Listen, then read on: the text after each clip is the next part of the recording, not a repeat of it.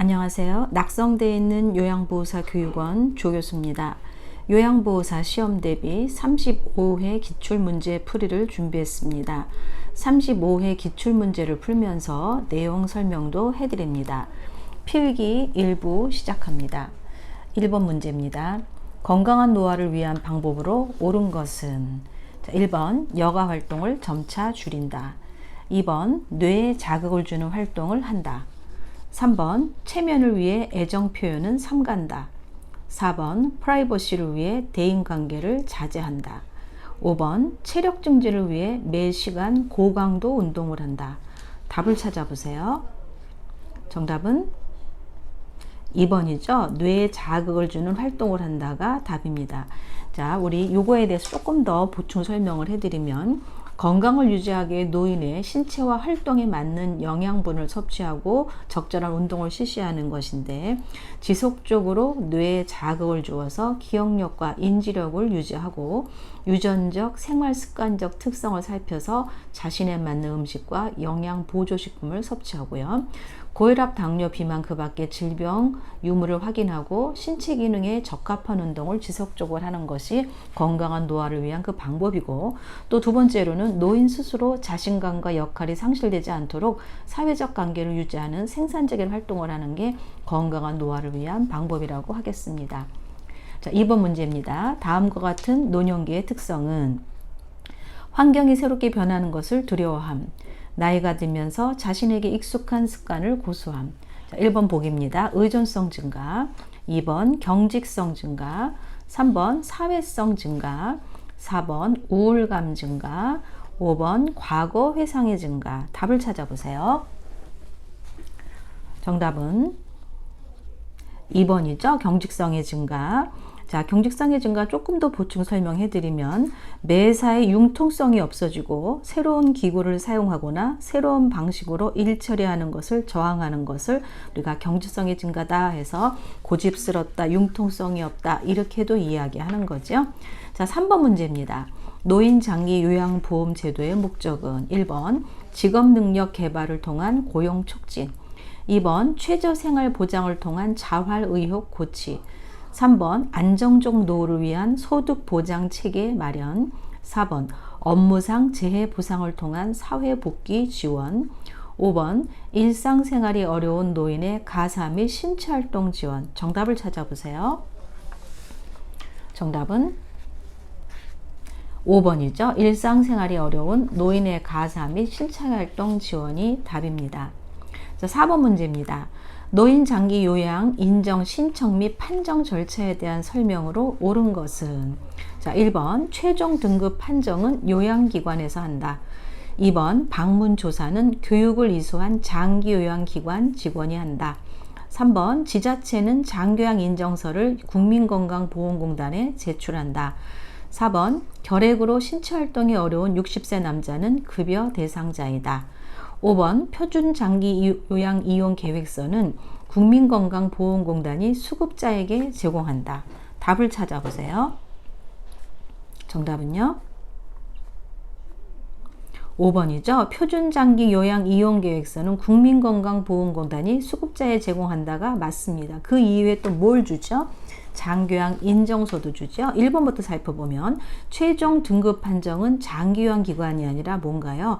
국민건강보험공단이 하는 것이고, 2번은 방문조사는 교육을 이수한 장기요양이 아니라 공단 직원이 하죠. 공단 직원 중에서도 사회복지사와 간호사가 하도록 되어 있습니다.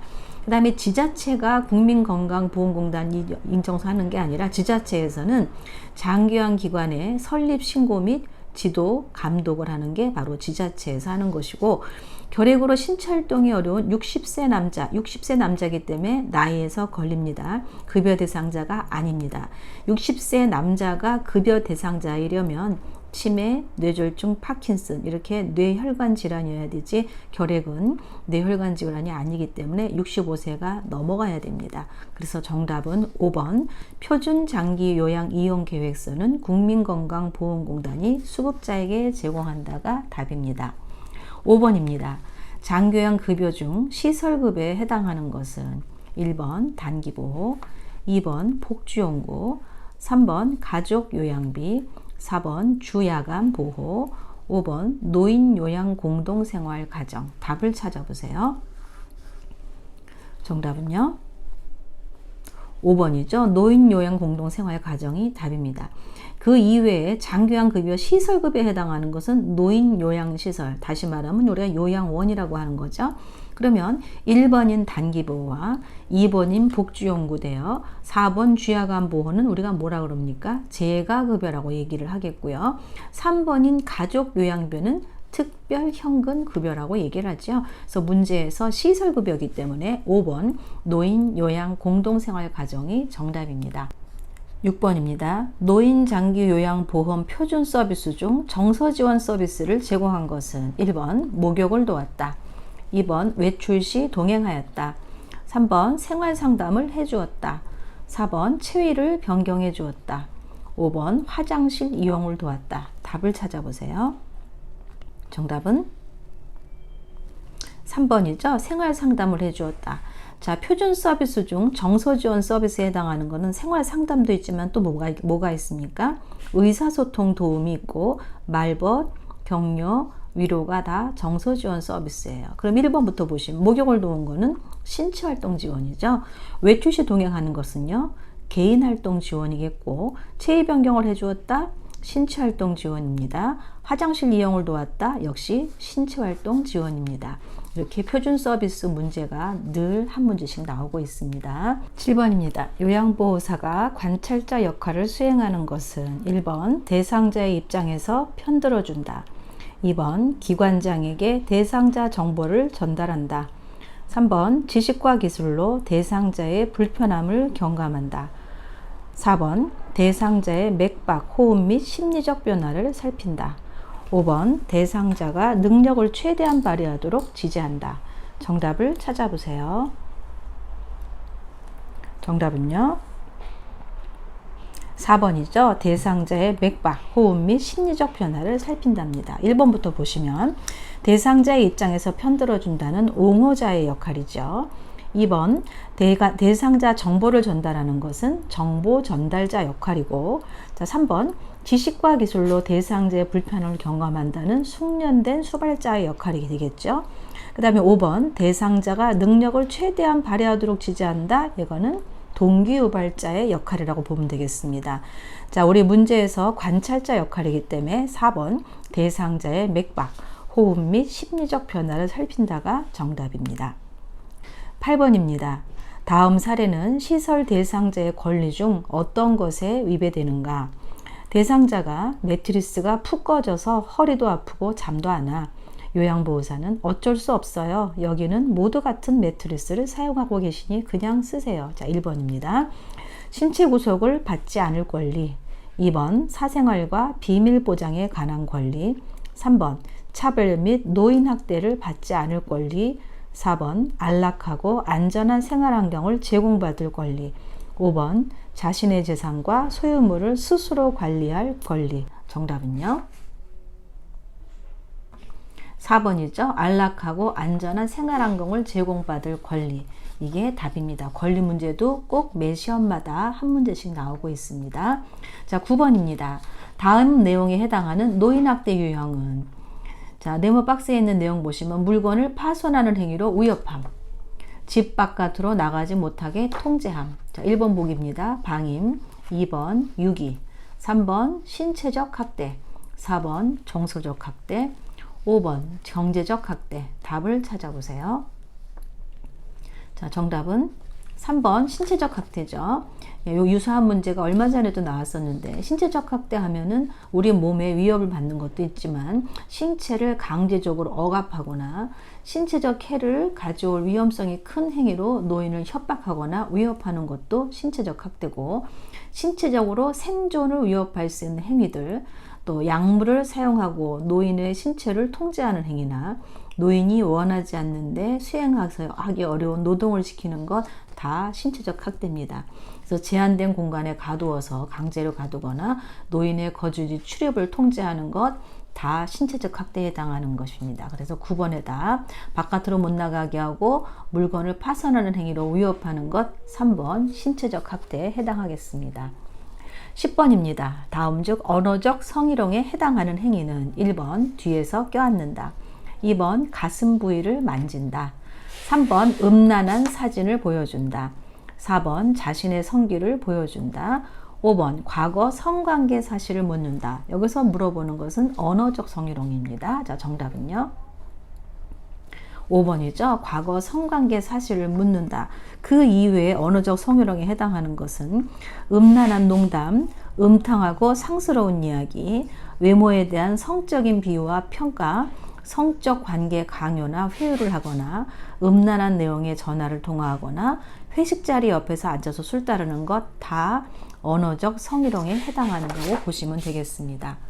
자, 11번 문제입니다. 다음의 상황에서 요양보호사의 대처 방법은 목욕시킬 때마다 대상자가 요양보호사의 엉덩이를 만져서 심한 성적 불쾌감을 느꼈다. 자, 1번 보기입니다. 피해 사실을 혼자만 알고 있는다. 2번 성적 행동을 못하도록 단호하게 말한다. 3번 노인이 되면 그럴 수 있다고 말한다. 4번 기분이 나쁘다며 감정적으로 대응한다. 5번 동료 요양보호사와 대상자를 서로 바꾼다. 답을 찾아보세요. 정답은요 2번이죠. 성적 행동을 못하도록 단호하게 말한다. 여기서 중요한 단어는 단호하게 말하는 거라고 하겠고, 유사한 문제도 과거에 많이 나왔던 문제입니다. 자, 12번입니다. 요양보호사의 직업윤리로 옳은 것은 1번 자신이 믿는 종교를 갖도록 강요한다. 2번 서비스에 대한 물질적 보상을 요구한다. 3번 업무 효율을 위해 권위적인 태도를 유지한다. 4번 요양보호사와 대상자가 대등한 관계임을 인식한다. 5번 예의 바른 태도는 거리감을 유발함으로 자제한다. 답을 찾아보세요. 정답은요 4번이 답이죠. 대상자가 요양보호사와 대등한 관계를 인식한다는데 1번부터 보시면 자신이 믿는 종교를 강요하지 않는다고요. 서비스에 대한 물질적 보상을 요구하지 않지요. 업무 효율에 대한 권위적인 태도가 틀렸고요. 예의 바른 태도는 거리감을 유발하나요? 아니죠. 오히려 거리감 없이 예의 없는 태도는 불쾌함을 하니까 자제하는 게 아니라 예의 바른 태도를 해야 되겠죠. 그래서 직업윤리로 옳은 것은 요양보호사와 대상자가 대등한 관계를 인식한다가 정답입니다. 자, 13번입니다. 대상자 가족이 정해진 요양보호 시간 외에 추가 서비스를 요청할 때 대처하는 방법은 1번 기관장에게 보고한다. 2번 다른 기관에 연계한다. 3번 고민해 보겠다고 말한다. 4번 친한 동료에게 부탁한다. 5번 가족의 요구를 들어준다. 정답은요 1번이죠. 기관장에게 보고한다. 이런 유사 문제들도 아주 많이 나왔었죠. 자, 14번입니다. 요양보호사가 지켜야 하는 행동규범은 1번 좋은 복지용구는 직접 판매한다. 2번 기관장의 지시는 선택하여 따른다. 3번 대상자의 사적 정보를 외부 기관과 공유한다. 4번 급한 경우 보고 없이 근무지를 비울 수 있다. 5번 서비스 제공과 관련된 기술을 지속적으로 습득한다. 자, 정답은요 5번이죠. 서비스 제공과 관련된 기술을 지속적으로 습득한다가 답입니다. 1번은 직접 판매하지 않죠. 기관에다가 의뢰를 해야 되겠고, 기관장의 지식을 선택이 아니라 따라야 되겠고요. 그 다음에 외부 정보 공유하면 안 되겠죠. 근무지 비울 수 없습니다. 그래서 여기서 정답은 서비스 제공과 관련된 기술을 지속적으로 습득한다가 정답입니다. 15번입니다. 요양보호사가 직업윤리를 준수하는 사례는 1번 제공해야 할 서비스 내용을 사전에 확인한다. 2번 대상자의 미미한 변동사항은 보고를 생략한다. 3번 서비스를 제공하고 며칠 후에 한꺼번에 기록한다. 4번 업무 외 장소에서 대상자에 관한 이야기를 나눈다. 5번 요양보호사의 주관적 판단에 따라 업무를 수행한다. 정답을 찾아보세요.